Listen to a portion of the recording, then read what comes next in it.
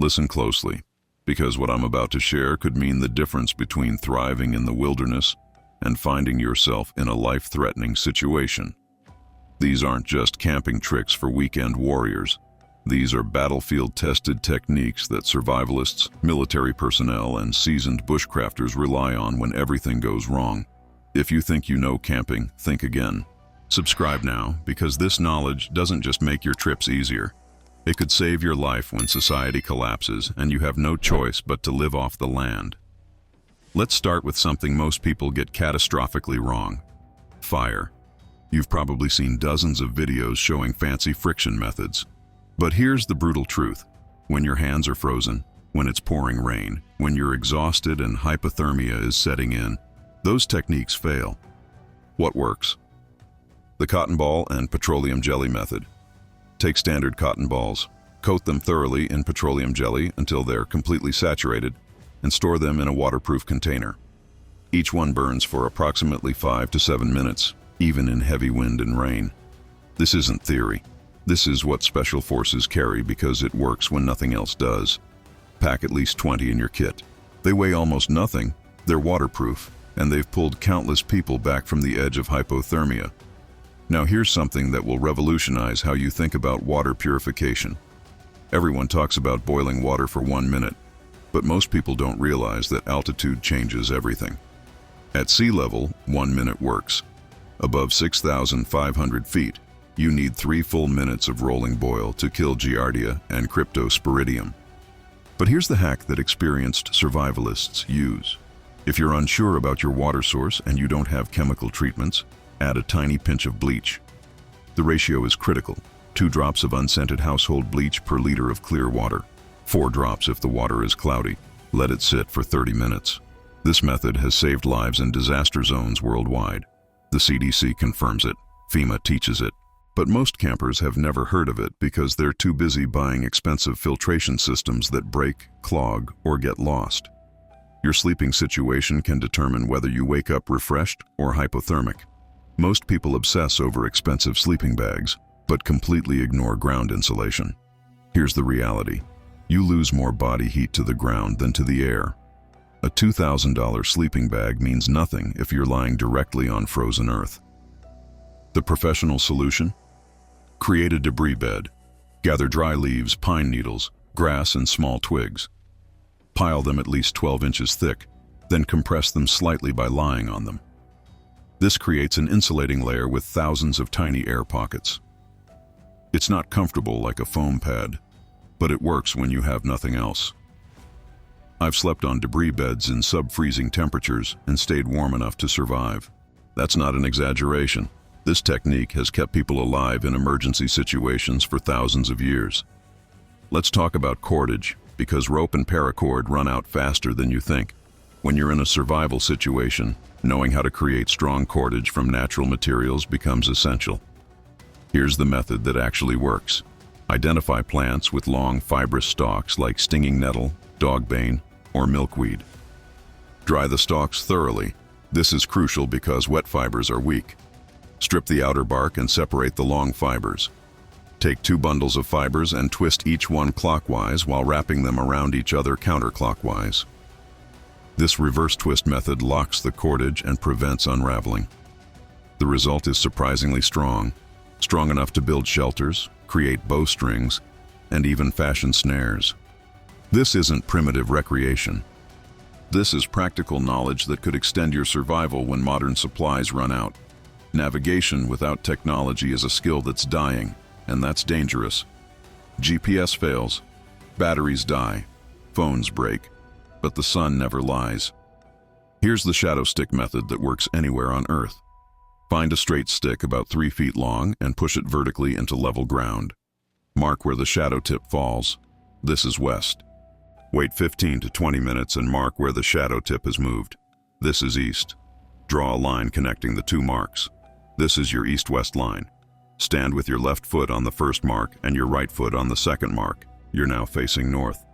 This method is so reliable that military survival schools teach it as standard curriculum. Practice it now before you need it desperately.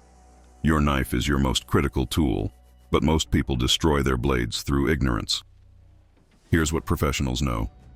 Never use your primary knife for tasks that don't require a sharp edge. Batoning wood through your blade creates microfractures that eventually lead to catastrophic failure. Instead, carry a small hatchet or use the back of your knife spine if it has a flat edge designed for striking. When you do need to split wood with a knife, choose straight-grained pieces and tap gently, never hammer aggressively. A broken knife in a survival situation isn't just inconvenient, it's potentially lethal. Maintain your edge with a small whetstone. A sharp knife is exponentially safer than a dull one because it requires less force and gives you more control. Food procurement in the wilderness requires knowledge that most camping guides completely skip. Here's something critical. Not all wild plants are safe, and some common edible plants can poison you if prepared incorrectly. Acorns, for example, are incredibly nutritious and abundant, but they contain tannins that will make you violently ill if eaten raw.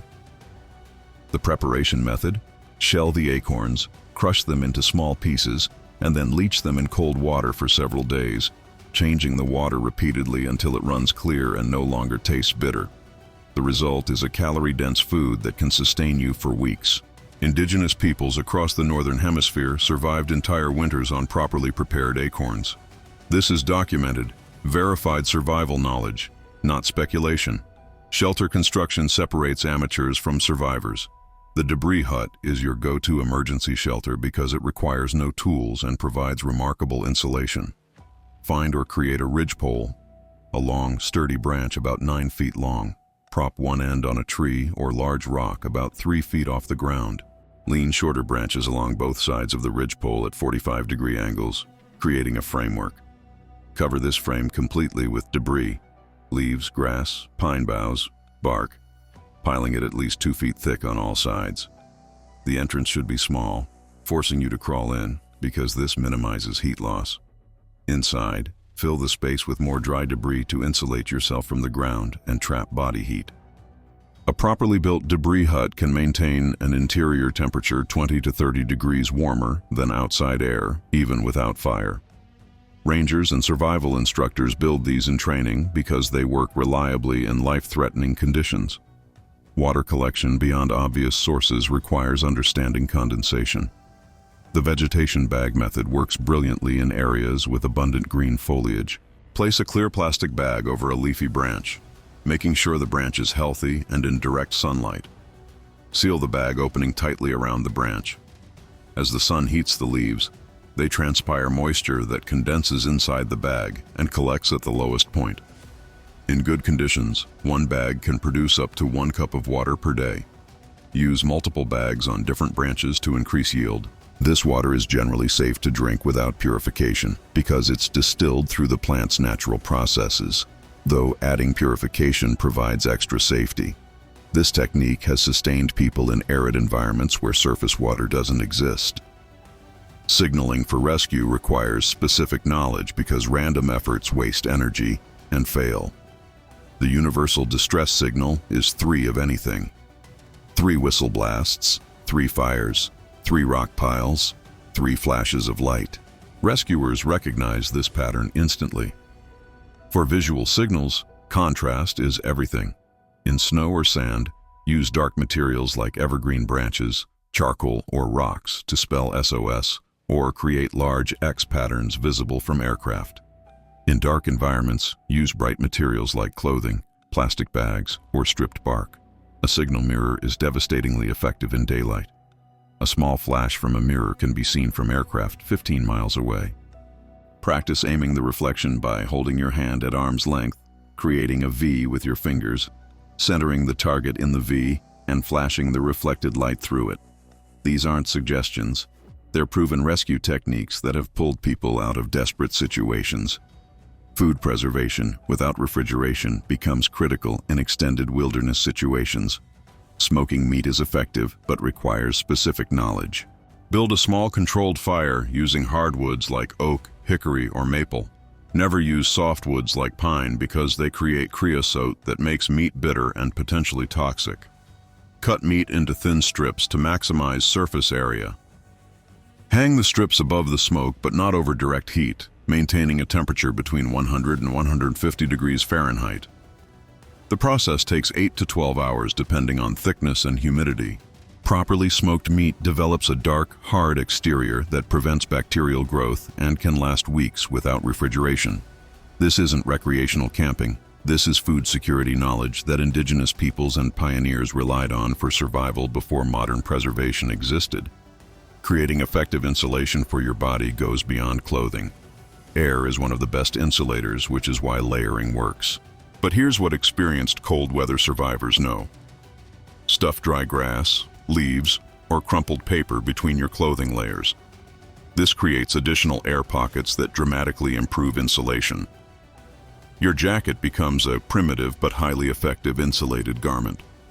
Similarly, stuffing your boots with dry grass before putting them on creates a barrier between your feet and cold ground. Remove the grass periodically to dry it out and prevent moisture buildup. Moisture is your enemy in cold conditions because water conducts heat away from your body 25 times faster than air. This simple technique has prevented frostbite and hypothermia in countless emergency situations. Tool improvisation separates resourceful survivors from those who give up when equipment fails. A simple tin can becomes a cooking pot, a water container, and a char cloth maker for fire starting. Punch holes near the top edge, thread wire or cordage through them, and you have a bail handle for suspending it over fire. The lid, if available, can be fashioned into a cutting tool by creating a sharp edge against stone. Glass from broken bottles becomes a cutting tool when carefully fractured to create sharp edges. Wrap one end with cloth or cordage for a handle. A sharp rock becomes a hammer, a digging tool, and a weapon. Practicing these improvisations before you need them is essential because desperation and exhaustion make creative problem-solving nearly impossible. Understanding weather prediction without forecasts can save your life. Rapid temperature drops usually signal approaching storms. Watch cloud formations. High, wispy, cirrus clouds often appear 12 to 24 hours before a storm system. When those clouds lower and thicken into altostratus, precipitation is coming within hours. Sudden wind shifts frequently precede weather changes. Animals behave differently before storms. Birds fly lower, insects disappear, and livestock group together. These aren't superstitions. They're observable patterns that meteorologists confirm. Pay attention to your body too. Many people experience joint pain or headaches when barometric pressure drops rapidly before storms. This knowledge lets you prepare shelter, secure gear, and collect water before conditions deteriorate. Fire safety in the wilderness isn't just about preventing forest fires, it's about keeping yourself alive. Never build fires inside enclosed spaces without proper ventilation because carbon monoxide is invisible, odorless, and lethal. Even in a well-built debris hut, smoke accumulation can cause respiratory damage or unconsciousness. Build fires near the entrance where smoke can escape. Understand that wet wood produces more smoke but less heat, while dry hardwoods burn hot and clean. Keep your fire small and controlled. Massive bonfires waste fuel, create dangerous sparks, and are difficult to manage. A fist-sized fire provides adequate warmth for one person and can boil water efficiently. Most importantly, never leave a fire unattended. Scatter the coals, drench them with water, stir the ashes, and drench again. The fire should be cold enough to touch before you leave. Wildfires have started from supposedly dead campfires, destroying thousands of acres and killing people. Mental preparation might be the most underrated survival skill. Panic kills more people than exposure, dehydration, or starvation. When you realize you're lost or facing an emergency, immediately stop moving. Sit down. Force yourself to breathe slowly and deeply. Inventory your supplies. Assess your situation logically. Create a plan before you act.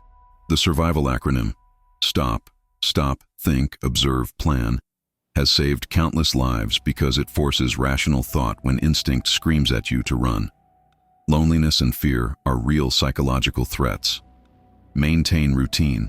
Keep busy with productive tasks. Talk to yourself if necessary. Staying mentally sharp gives you the resilience to make good decisions when bad ones would be fatal. These aren't just camping tips for casual outdoor enthusiasts. This is hardcore survival knowledge that functions when systems fail, when help isn't coming, when you're completely on your own. Every technique I've described has been tested in real emergencies by people who had no other options. They work. They save lives. But knowledge alone isn't enough. You need to practice these skills now, in controlled conditions, so they're automatic when stress and exhaustion cloud your judgment. And if you want to go deeper, you'll find in the pinned comment some guides and documents that can take your preparedness to the next level. Check them out when you're ready. Don't gamble with your life by assuming you'll figure things out when disaster strikes. Like this video if it opened your eyes to what real wilderness survival requires. Comment below with which technique surprised you most, or what skill you're going to practice first. Share this with someone who thinks they're prepared but probably isn't. And subscribe, because when the world forces you into the wilderness, whether through natural disaster, societal collapse, or personal emergency, you'll need every piece of knowledge you can get. Your survival depends on it.